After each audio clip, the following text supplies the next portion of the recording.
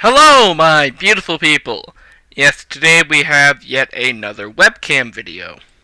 I'm currently hard at work at the 5-year anniversary episode of Animal Logic, but right now I want to go ahead and talk about Ghostbusters Afterlife, the long-awaited third film in the Ghostbusters franchise. No, that reboot in 2016 doesn't count. And that's not even because I don't like that movie, that's because this takes place in the original timeline. Although I think this movie is ignoring Ghostbusters 2 as well because it doesn't really reference the events of it. But screw it, Ghostbusters 2 is canon.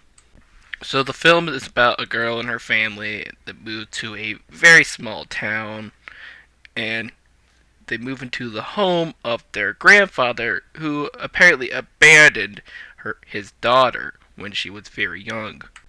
But the youngest of the family starts to uncover secrets about her grandfather and realizes that ghosts are running amok the small town and figures out that her grandfather was a Ghostbuster. In particular, Egon Spengler. If this movie is anything, it is one massive tribute to the Ghostbusters franchise and Harold Ramis in particular. This movie truly does respect the franchise and Harold Ramis, and it wants to pay the absolute respect to it with little references to the original movies throughout. And you could tell that the actors had a lot of fun being in a Ghostbusters movie. Paul Rudd is charming as always, saying all this scientific mumbo-jumbo stuff. Finn Wolfhard is in the movie as the older brother, and it's kind of funny on how in Stranger Things there was the Halloween episode where the boys went trick or treating as the Ghostbusters, and now in 2021 Finn Wolfhard is an actual Ghostbuster. That's kind of cool. However, one thing I really don't like about this movie is the story. Well, half of it. I do really like a really smart, really scientific kid figuring out that the paranormal and ghosts are real and that her grandfather was actually a Ghostbuster, and ultimately becoming a Ghostbuster herself by stopping a bunch of ghosts. What I don't like is that they just ended up using Gozer again. Yeah, the big bad ghost of this movie is just Gozer and the Keymaster and the Gatekeeper, Zool. I just would have preferred this movie gave us a villain that was more unique to the film, outside of just giving us Gozer again. Maybe if this film gets a sequel, we will get some new ghosts, but it was kind of disappointing to have the big bad be Gozer again. Don't get me wrong, it was cool to see Gozer again, but come on, give us something new. But the rest of the movie I really enjoyed. That's really my only problem with the film. I love the designs of the ghosts. Yeah, a lot of it is obviously CG, but they do look really, really good. There's this new ghost in the movie that goes around and eating everything. It's basically just Blue Slimer, and that ghost looks pretty cool.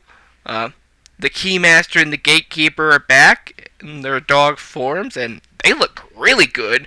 And Gozer looks great. And I'm gonna give a big old spoiler warning. Big old spoilers if you haven't seen the movie yet and you want to be surprised. Don't watch this movie or this video any further. Leave. Okay. And when Egon shows up at the very end of the movie as a ghost, the CG on him looks amazing. It looks like they actually brought Harold Ramis back from the dead. He doesn't get any lines for some reason. I mean, yeah, Harold Ramis is dead. He can't say anything. But they couldn't get somebody to, dub over the CG Harold Ramis. And, they couldn't get someone to mimic Harold Ramis's voice. I mean, for God's sake, Ghostbusters 2 did that with the villain. it would have been really cool to hear Egon say something. But I will admit, it was very cool to see Egon one last time, and it was very cool to see all four of the original Ghostbusters back on screen for probably the very last time. They're not in the movie that much, really only the very end of the movie for the final battle, but they each get their moment to shine. And they were all hilarious as usual. So if you're a Ghostbusters fan, I highly recommend you go ahead and check this movie out. It is a very well made film and a big old treat to Ghostbusters fans.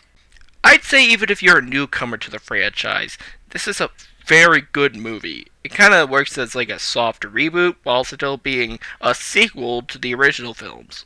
So yeah, Ghostbusters Afterlife is pretty freaking good. And that'll be it for this video, guys. Thank you so much for watching. And what did you guys think of Ghostbusters Afterlife? Did you like it? Did you hate it for some reason? Please let me know down in the comments below. Did you think it was too reliant of nostalgia, or did you think it was just the right amount? And